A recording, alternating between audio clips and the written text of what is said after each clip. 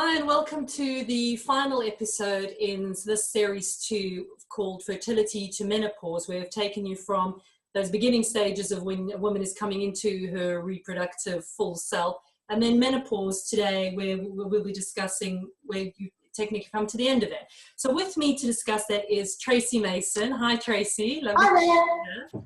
Tracey is an experienced and accredited nutritional therapist and also kinesiologist, and we'll get into that in a sec.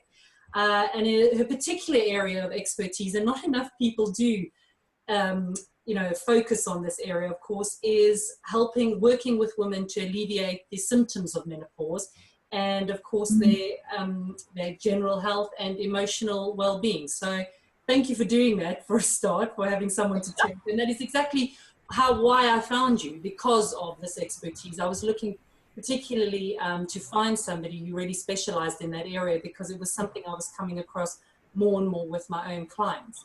So I'm speaking to you in France, which is yes, that's right. But your main practice is here in the UK, not too far off from me, actually. Is that correct? That's it, in Walton-on-Thames. Yes, that's where my clinic is, in Walton-on-Thames. My kinesiology clinic, yeah, not too far from you at all. Most of your work in particular, and we'll get into that later, is online, so global, really. That's the beauty of technology. You can be anywhere. Exactly, yeah, to be honest, that's what I found when I was treating my clients locally, in Walton-on-Thames, that people were contacting me from all over the UK, and then subsequently further afield. And I'm like, well, with kinesiology, it's very much hands-on muscle testing. Sure. So I thought, how can I help these women relieve them, get over the menopause symptoms? So that's why I've been working over the last 4 or 5 years to develop these online programs. And my clients now are worldwide, which is amazing. So fantastic. And we're going to discuss, so your overall website is newyou.com, K-N-E-W, new. That's it. Yeah. I knew you. That's New you, because a lot of I have a lot of female clients with kinesiology, and they were saying, I can't remember my old self. So I went to New You, helping you find you again. Yeah. And my clients aren't just women, but mainly women, mainly hormonal issues from puberty through to pensions. Fantastic. No, I like it. It's catchy. But then off of that, and on that website, you will see the link for, which is another great name, Menopause Mentor. I love it. Yeah. And My that's Menopause how I did Mentor. find you. That is, in fact, how I did find you on Instagram. You're also the Menopause Mentor. So that's great. All right. So before we get into how you work, I need you to clarify. Let's get into menopause as in the definition, right? Because menopause, of course, is the word that's wrongly banded about, because that is once it's happened, right? Yeah, exactly. Well, actually, the menopause is only one day. It's the last day of your last period. But actually, you don't really know when that is, because a lot of women, around that age will have a period, then may not have one for 6 or 12 months even. So that's actually the menopause is one day. Anything prior to that is perimenopause. It can these days start from about 35 years, but usually mid-40s, but it can be 35. So anything 5 to 15 years is peri, and then anything after that is postmenopausal. Okay. When fertility is stopped and ovulation has ceased, that is postmenopausal. But usually it's around mid to late 40s that the symptoms tend to appear. Yes, and that's really when you're going to notice it, isn't it? When the symptoms are going to appear. Exactly, yes. The other thing with the definition, one of the definitions I found, which was, it just goes, when your periods stop, and then it says, when the ovaries lose their reproductive function. And it just it seems so final, like, thank you, your services are no longer required. But I guess actually, it's quite liberating. I've been there and been through it. It's actually quite liberating. You don't have to worry about tampons or anything like that. Well, the other nice part of the definition, what redeemed itself with this definition that I found, it did go then on to say it's a natural part of aging. And I thought that's quite nice to remember, that it is that, right? It is a natural part of aging. And okay, it's not seamless, it's not without hiccups. But much like when you're explaining to a daughter or talking to somebody who's just coming in to experiencing their periods and puberty, who's going, oh my God, it's the end of the world. Is this really life as I know it? It is okay eventually. I guess it's a similar thing at that end of the scale. Very much. It's something that every woman has got to go through. Yeah. So why not talk about it? You know, I remember Mum used to say, bond in that factor. Change. Well, you know what? Yeah, talk about it. You know, it's not an issue. Every woman's got to go through it, and it's totally natural. Yeah, yeah. If you can manage the process naturally, then that's going to be better for us. I realise that not everybody can, but that's where I'm coming from. Naturally managing the menopause. Well, the other thing too is that what you then also realise, okay, so you said that those symptoms start before you're actually menopausal, and we know a lot of the symptoms to be the hot flushes, sleeplessness, vaginal dryness, all those tons of other things that we've heard. But the thing about that is that a lot of that can be masked if you're on the pill. Yes. Or have been put onto HRT. Sometimes I've had clients who've just been put onto HRT because, or they're on the Mirena coil, which is another form of contraception, which just, you don't even have a period. So some women are going, I don't know if I'm menopausal, right? Yeah. So those contraceptive pills, and the reason is because those have been keeping hormonal levels normal, regulating them. So you don't experience that. Now, everything about the way I am tells me I don't like that. I don't like it being regulated. But then I guess if you had to say to a menopausal woman, hey, go through it all naturally, experience the highs and the lows, or just, but I guess there's no guarantee, is it? If you're on the thing I think about women in general, we do have ups and downs, you know, PMS, periods, and I think we should embrace that and not try and be level and say, you know, PMS, you know, it's not talked about. It is talked about a lot more, and I think we should embrace those hormonal fluctuations because that's what we are. We're women. Yeah, embrace it. Actually, and we will have spoken about this in an earlier episode. Is there's those fluctuations are because the hormones naturally, even if you had the most perfect, steady, ever correct period, those fluctuations are happening anyway. The difference in, certainly the PMS, typical PMS symptoms, I know is the difference between the estrogen and progesterone, when that's sort of however big that differentiation is. And actually, we will have spoken about in one of the episodes, is exactly harnessing your energy and doing different types of exercise, depending on where you are in that cycle. Yeah, you're right. Embracing that. And in fact, although like I was just saying now, perhaps you'd like to kind of go, a lot of women, I guess, would opt for that, oh, I'd rather be on that and then just not experience any of the symptoms. I will say that clients who are in that place have actually kind of quite weird that they're so removed that I don't know if I'm... Yeah. And the issue with HRT, and it does work for a lot of women, and there are better bioidentical hormones now, it's really only going to delay the onset of menopause. I have a new client who's in her late 60s who has come off HRT and is getting hot flushes. Okay, yeah. So it's going to happen anyway. And it's interesting you were saying about PMS and progesterone and estrogen, because we think about menopause and people always say, oh, estrogen's dropping, that's why we've got menopausal symptoms. Yes, it is dropping, but what people don't realise is that progesterone drops from the age about 35-ish, late 30s, mid to late 30s, it drops by 75% to our early 50s. Now, as you'll know, progesterone is our fat-burning hormone. So when I say this to people, they go, oh, that's why. So estrogen only drops off by 30-35%. So what's happening, the progesterone's dropped off significantly, the estrogen's dropping off generally, and it's that differential between the progesterone and the estrogen that is giving us our menopausal symptoms. Exactly the same as the last few days before our period, we may get sugar cravings, get anxious, get a bit irritable. This is what's happening perimenopause, but it's much more volatile because the progesterone is having that rapid drop. And people don't realise that. And when I start to explain, they think, oh, okay, that's what's going on. Yeah, yeah. Well, and the other thing is, I'm using the hormones on sort of in a different way with certainly with people when I'm working with weight loss and shape. Yeah. You've got to remember estrogen, for all we know about estrogen, and oh my word, and that's going to cause all these things. Estrogen is the very thing which creates the womanly shape, Yes. the breasts, makes you ready for reproduction and makes you fertile and ready. So you totally, again, we get into that thing of, it does sound a bit airy-fairy, but you have to embrace that, right? That's what makes us different. It makes us women. Yes, exactly.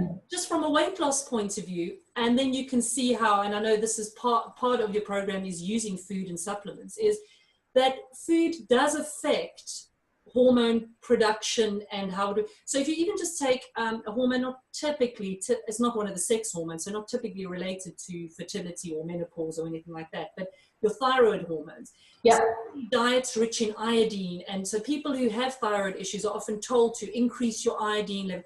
You know, food is then used as medicine, and I guess that's also part of the programs that you use and why you can then see how a bad diet can affect levels of hormones. So girls who are periods aren't happening, or they are, you know, I started my period and then didn't stop, or it stopped.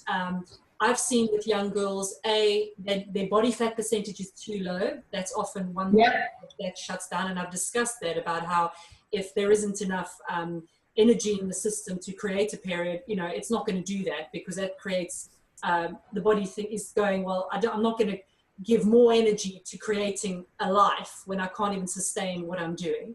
Then other areas where young girls are eating such a poor diet that it is just not supporting the sex hormone development, and then there's problems with their periods, or their periods are very painful, there's the moodiness, PMS, and that sort of thing.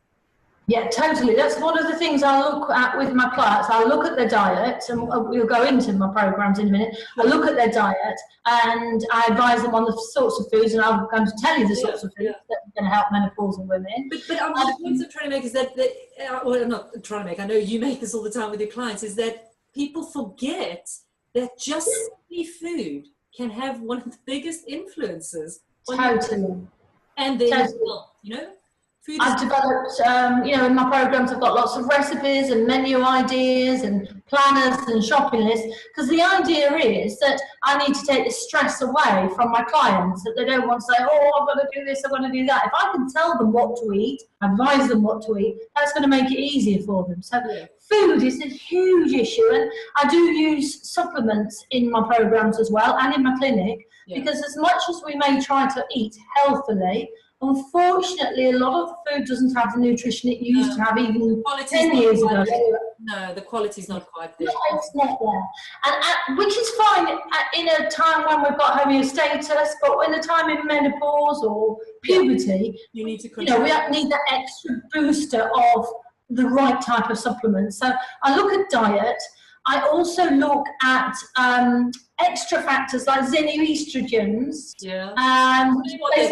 That's a big part. People, I think, know of it, but explain the xenoestrogens. The xenoestrogens are all they're chemicals, and actually, what they do, they disrupt our endocrine, our hormone balance, and they're found, unfortunately, all around us. Yeah, they mimic estrogen, but they're not. They mimic estrogen. So if we think our estrogen's dropping, our progesterone's dropping more, but our body thinks we're more estrogenic than we are, that difference is even more.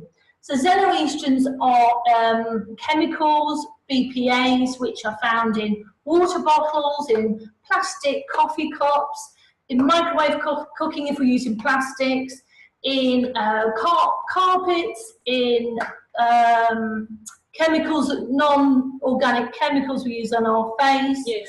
Because it's absorbed, absolutely. And also, don't forget, I always point out to clients as well that meat particularly is also often, you know, it's pumped full of hormones. And we take that on board, right? We take that on board. Totally. So, I mean, it's great. I mean, not everybody can eat organic, because I realise it is expensive. But the food, the water we drink, unfortunately, tap water as well. I'm not saying don't drink water.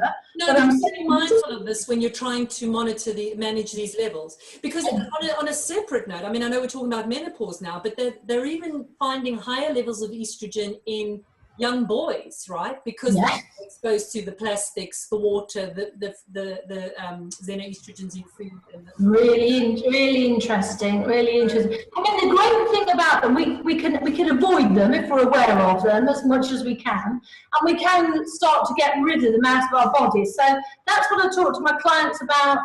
Food I talk to my clients about. I also talk about the stress levels, because stress is a huge disruptor on our hormonal system. And years ago, when a woman would be menopausal, she would nearly retreat to a cave, nearly hermit-like, and would allow her body to Sometimes I wish you could. Sometimes I wish you could, I think. Lovely, yeah, fabulous. But today we're having children later. So children still at home or have returned home from uni. We're often working, we're commuting, we've got mobile phones, you know, we've got all that thing going on. Our bodies are taking on too much. And stress, as you know, will knock everything out. Adrenaline will be produced, cortisol will be produced to, you know, reduce the adrenaline, and cortisol long-term will knock off every other hormone. So our body's gone into that fight and flight mode, not thinking about the rest of the nurturing things we need to do. So they're the key things I look at: the diet, avoiding the chemicals and how we can get rid of the chemicals out of the body, and how we can reduce stress by, as you know, the right type of exercise, doing lovely things like mindfulness, walking. Getting sleep, I always say that's the one. I mean, the other stuff is great, but the easiest one is to make sure you get a good night's sleep, you know? Sleep. I talk with somebody else that I work with quite closely. She talks about emptying your stress bucket, right? And that can be, it's not that you can't handle stress. Of course you can handle a certain amount of stress. But again, when he's going through this change, you want to sort of help it and not add to it. So get the good night's sleep. Take in the exercise, and not necessarily, it doesn't have to be super vigorous. It can be the walk in the woods, you know, take the dog for a walk, that sort of thing. Doesn't have to be major thing, go for a swim, or it doesn't have to be a huge thing. I'm not saying, you know, join the gym or go over down the treadmill. I'm saying little things that, you know, just walking barefoot, or, you know, whatever you get from. And I mean, I don't know, you know, if you really are aware of your cycle, and most women are aware of their cycle and how they feel, and my period must be coming because I noticed I'm craving chocolates, or I'm getting really tired, or whatever it is. But one of the things, particularly when your period does come, is that most women are quite happy to do the sort of more modern version of retreat to your cave and just slow down, right? So you just can have an early night or whatever. And I think it's listening to those cues and responding to them. Why not? Why not just have a quiet or an early night, or, you know, absolutely. We're not very good at that because we're good at everything, aren't we? You know, we're wives, we're the boss, we're, you know, whatever, we're the driver, we're the chauffeur, we're the mother, you know, we do take on as women. And in my clinic, we talk a little bit about a traditional Chinese medicine and the yin and the yang, and we do tend to be good at multitasking. And, you know, we should blame ourselves, really, because we want to do everything. Sure. There's no time for us. Well, we need to make time for ourselves. So some of the things we've kind of covered, sort of addressed one of the symptoms already, which is the sleeplessness. Yeah. So obviously not just going to bed early is going to solve that. Obviously it's other things going on there. But one of the other, just while we're on here, attitude and sort of taking control and looking and trying to be real about what's going on, is one of the other side effects of, not side effects, that sounds awful, the symptoms quite often during menopause is the weight gain. And there's an interesting thing here, is that yes, some of the hormones will cause fat to be laid down and stored, particularly around the middle area. All does that. Excess estrogen in the system will lay down fat around the bottom area. As your thyroid starts to slow, you start to get a bit of back fat around here. But one of the other things that are true, and we've spoken about this before, Tracey, is that at this time of your life, and you've alluded to it, when you're coming to menopause, the kids have either left the house or perhaps are coming home. You're at a stage in your life when you are reevaluating your position, your worth, what am I doing now? I'm no longer needed every single day. Perhaps you've chosen to stay at home for the kids, so that need has now whittled down. Perhaps you are still working and you're looking toward retirement or not. So anyway, if that stage, that was happening in your life when you were 20s, this kind of who am I, what am I, you would be struggling and potentially getting a bit down, then maybe turning to food for comfort. So those kind of habits are still happening, and then you've got the hormones out of sync. So I always like to say to women, and I know it sounds a bit, I often sort of give them a bit of a backstory before I just launch into that, but I try to remind women not to just blame the menopause for everything. Yes, the hormonal elements are happening, and that does make it a little bit difficult, but you've also got to work with it. Yeah, you have to work with it. Yeah. Yeah, like everything, it's about balance, isn't it? It's 80-20, and we've got to take charge of our own lives and our own health. And unfortunately, when we get that bit older, you know, through the menopause, we can't eat and drink and do all those things that we could in our 20s without the effects showing. Yeah, absolutely, absolutely. So we need to modify and balance, that's all, you know, our lifestyles. And actually, accept the consequences. Absolutely. And often, actually, and I'm sure you're finding with your clients when you're sort of implementing a healthier change, even when I'm doing it with my clients, but for different reasons, everybody enjoys that. Everybody enjoys where that eventually takes you. It's not like you've got to go, all right, I've just got to stick through this until I get through the menopause and then I can go back to living. It's not that. It's not that. It's most people enjoy the healthier lifestyle, you know, it's just making the subtle changes and being guided by it. Now, before we come on to your programs again, I just want to check. So currently, the convention, if I suddenly suspected that I may be menopausal or perimenopausal, most women are going to their doctors, right? What does the doctor do? Yes. Blood test, I understand? Blood tests, that's right, and look at their levels of estrogen, progesterone, and we haven't talked about testosterone, that drops as well. Because testosterone is about bone strength. And there aren't many alternatives. Sorry. Yeah, there aren't many alternatives. The clients come to me, it's HRT of one sort or another, or antidepressants. And actually, they aren't depressed. They're menopausal. No. You know, they're not depressed. So the typical way, then the doctor tests, he'll do a blood test and will potentially test those levels, estrogen, typically estrogen that they test, offer HRT. I know there's been a bit of controversy with the HRT, and then that has been found that it may be, you know, as a high risk of cancer. And just as a brief explanation, and correct me if I'm misunderstanding it, but as I understand it, it's because HRT fundamentally then provides estrogen because estrogen levels are declining. Estrogen, predominantly during your period, is causing the thickening on the lining of your womb in expectation of fertilization of the egg. And so, okay, that's a nice little womb, the baby can grow. What then happens when you don't fertilize the egg, you then have your period and you shed that lining.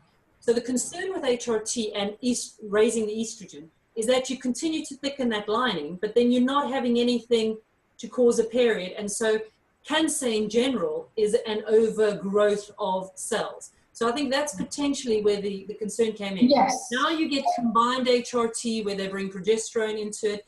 And to be fair, there are doctors who are doing more tests with regards to checking exactly what you're lacking, if it's other approaches.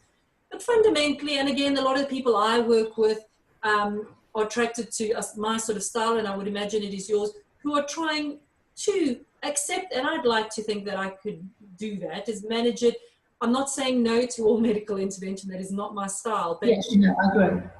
My thinking is that it's a natural process. And while I didn't have anything helping me come into having periods, I'd like to try to manage coming out of periods in a natural way.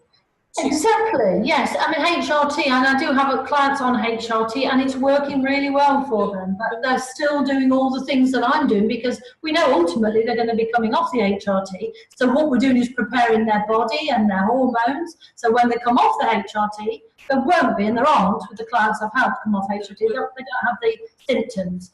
So it does work really well for a lot of people, but I would hope that it would be a last resort as opposed to a first resort. Yeah, and maybe even have it in the thing of, well, there's always that, you know, let me try something else and see. But unfortunately, I don't, the GPs don't seem to have anything else to offer at the moment. And we had a separate discussion about this before where I've been saying that unfortunately, because of that previous controversy with the HRT and cancer, and everybody seemed to pull, pharmaceutical companies and medical research funds for medical research tend to have sort of pulled out investing in that area because in a way there's no money to be made then. So at the minute we're lacking proper and further investigation there. But no, so what you do is a welcome approach, certainly to for me, and what I'm happy to refer to my clients. You have, so I mentioned your website before, and a section, so new KNEW.com.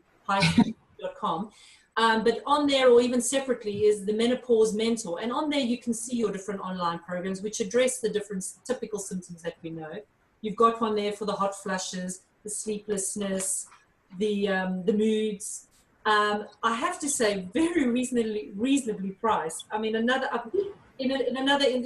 with the fertility interview I did as a fertility coach I dealt with, this woman too, just so reasonable and giving away so much information. And I just think it's such a credit to see women just wanting to help women. But it is your business, and I appreciate you make some money out of it, and nor shouldn't you. But I just wanted to put it out there. They're very reasonably priced. What do those programs then entail? So if I decided, right, I'm going to go with the hot flushes program, what happens from there? So simply, you can buy them online through mymenopausementor.com, and you can buy them through PayPal. But in reality, what most people will do, 90% of people will call me. Will either do me a message on the email or will call me, because I like to have a chat first and talk through the programs. Then what we'll do, we'll get you to fill in a hormone questionnaire. That will give me an indication of what's happening in your body in terms of estrogen, progesterone, and what your issues are. We need to talk about your issues.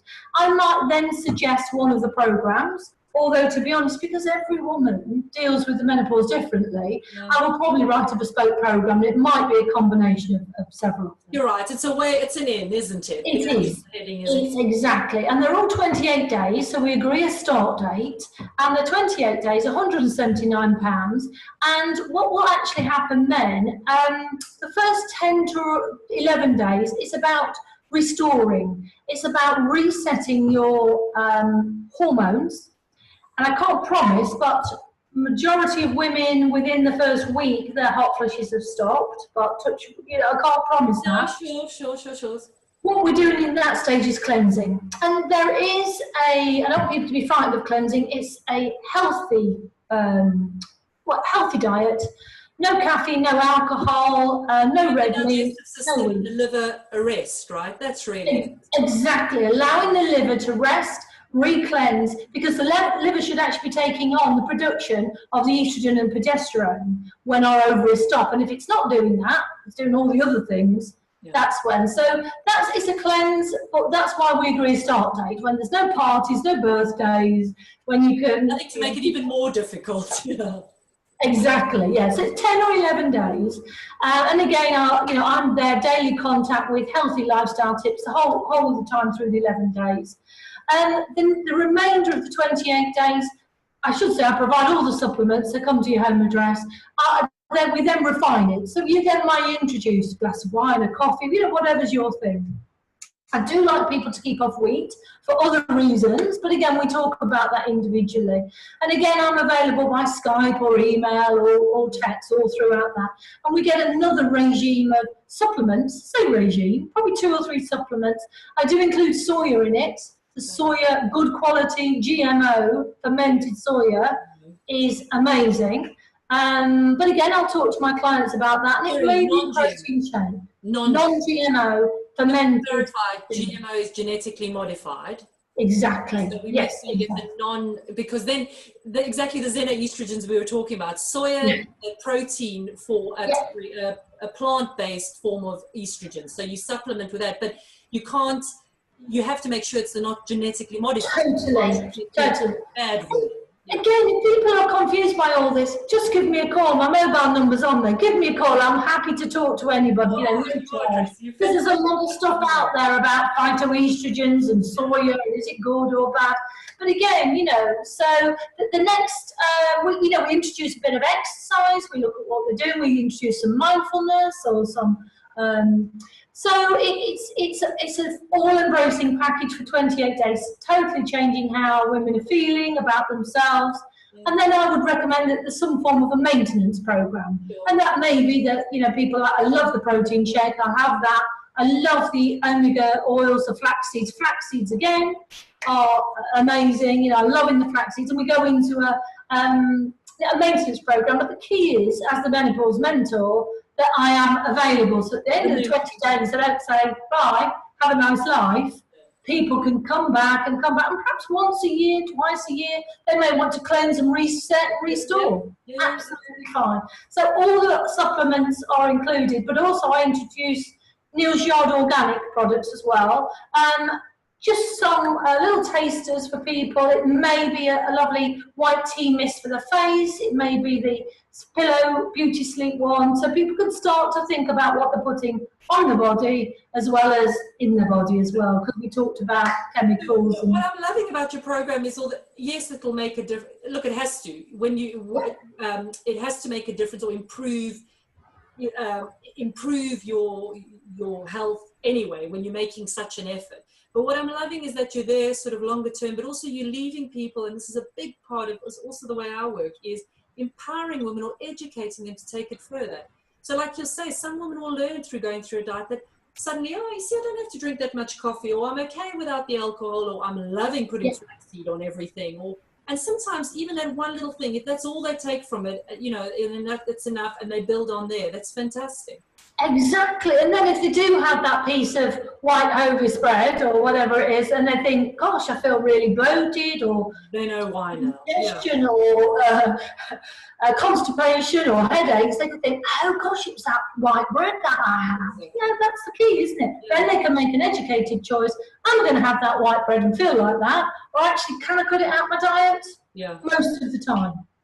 Now, the other thing that's so important about what you do, and I literally this week had a client who's just going through all of this, and a lot of the older women that are perimenopausal, that I train, or menopausal, are particularly fit and exercise and relatively healthy. And even, although I'm not seeing a lot of women experience the hot flushes, the typical symptoms I see women experience, and it's almost the more scary one, because even if it was the hot flushes or the sweats or something, they can chalk it up to that.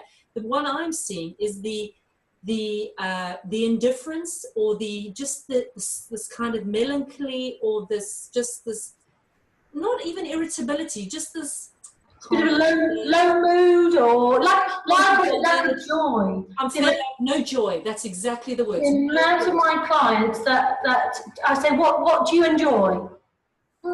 I don't have time. You know, we're going back to time again and stress. And well, what did you used to enjoy? I used to love reading. And we then talk about, well, how can we do that? So in between taking so-and-so to rugby and so-and-so to ballet, and what do you do? I go to do the weekly shop. Well, actually, let's not do the weekly shop. Let's sit in a cafe, have a green tea, read a book, and then on the way home with the kids, do the weekly shop. You know, it's lack of joy. Lack of joy. That's the big one I've seen. And then the other, so that can be what we were talking about before, the kind of just not finding time for yourself and remembering what you enjoy.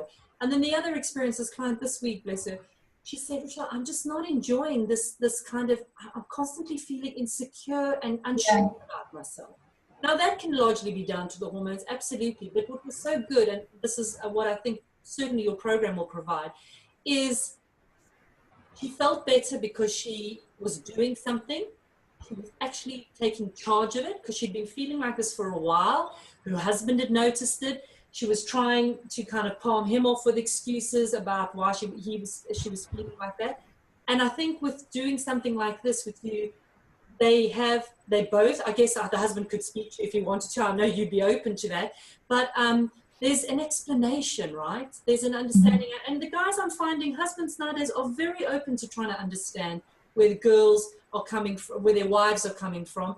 And even on the other end of the spectrum, I'm big on educating my male clients about their teenage daughters. Because a male client the other day came in moaning about his teenage daughter being such a pain and so irrational and this. And I said, hey, tough time for her at the minute. Like, just work with this. I know it's no joy, but it genuinely isn't controllable, right? And until she understands what's going on and can read the signs, she won't know, right, now's the time to take myself away from the situation because I'm going to rile daddy. So love what you do. I love the fact, mentoring. I love the name, menopause mentoring. Thank you. That's exactly what a woman needs. Because when you come to this and you kind of think, well, I should know my body. I should know what I'm doing. I never understand it. So I think that's really useful. So Menopause Mentor will direct people there, or even you the other, and they can look into your kinesiology work. If see you in person, because I would imagine when you see them in person, I guess you would use the kinesiology as well. Yes, exactly. Yes. But I would say the majority of my menopause clients are, online now, which is amazing. So spreading the word. Yeah, well, because also, and not to discount it, there is, although every woman slightly experiences it differently, there's say sort of 7 different ways. So you're going to fall into one of those. So you are kind of normal, don't think you're the only one out there, Yeah, that's what I say. Yeah, it's normal. It should be embraced. Yeah. And people don't feel like embracing it. It's a normal part of life. Should be embraced. And then if you do as an individual, as a woman, then other women will begin to, and then society begins to, and then, it just moves. It's just a knock-on effect from there.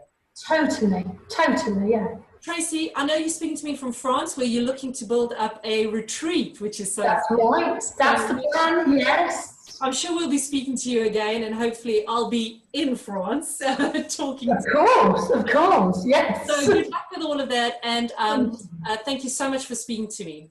Pleasure. Thank you so much for asking me.